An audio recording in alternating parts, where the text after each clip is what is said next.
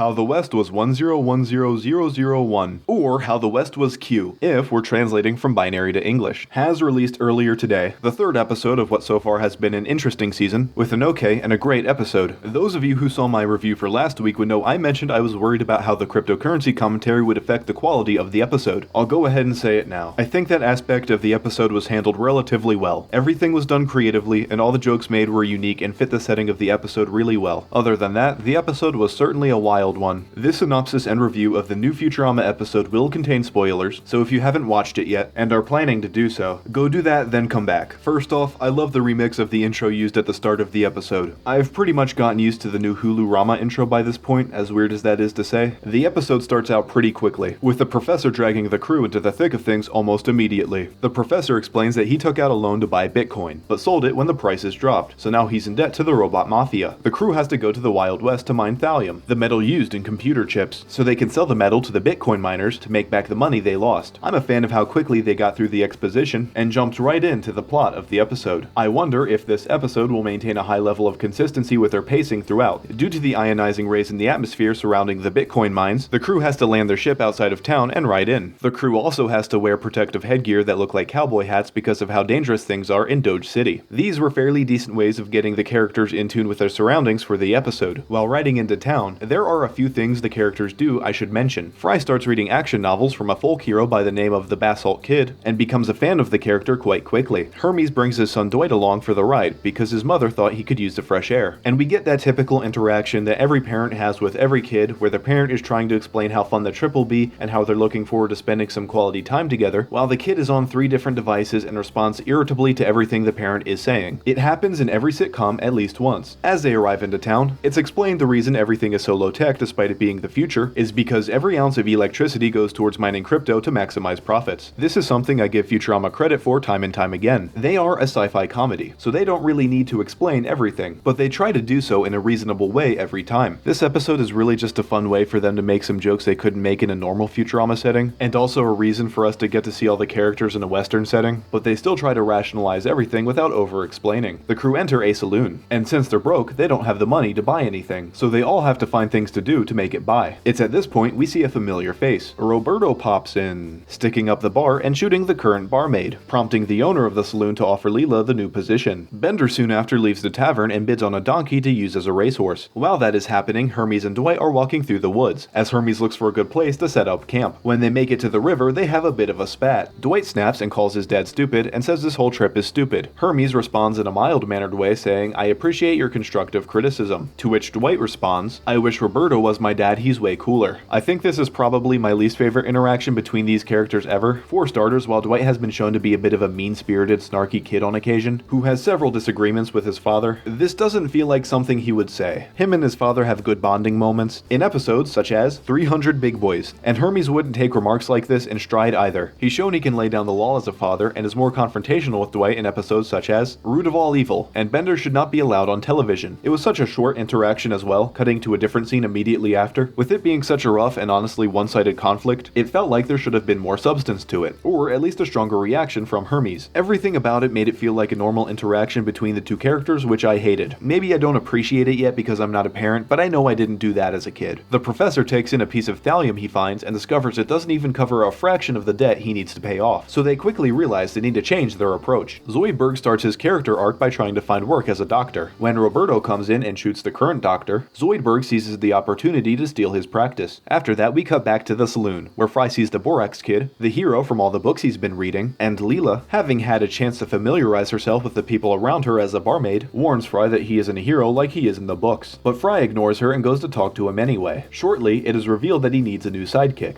Yay! And Fry happily takes the position. We cut back to where the Planet Express crew set up camp, where Dwight snaps at Hermes again before just storming off. Again, this doesn't feel like the type of interaction they would have. Normally, Dwight will be condescending or ignore his father's advice because he thinks he knows better. But he's never been this hateful. At the camp, they start using Bender's ass to pan for thallium, which prompts him to ride into the desert with his donkey singing a folk song. The song itself is okay. It was a bit too repetitive to be funny, and I'm going to sound like a bad person, but the loudest I laughed this entire episode episode was when Bender started dancing on the donkey and broke his back. Bender takes his donkey to Zoidberg, who shockingly enough actually fixes him. Dwight finds Roberto and asks to team up with him. Roberto figures he can use a kid for a heist he's planning. By the way, Leela is there in the saloon and does not stop this. Roberto ties Dwight up in the middle of the road so the drivers of a cart carrying precious metals will stop, and he can shoot whoever's on board and steal the cash. When the cart doesn't stop and just runs Dwight over, Roberto runs off. Later, Fry and Leela are heading to the Borax kids' tent when a cougar jumps out and tries to attack them. When it pounces at Leela, Fry shoots at it, scaring it off. Hearing the commotion, the Borax kid steps out and takes credit for it, and Leela starts flirting with him in front of Fry.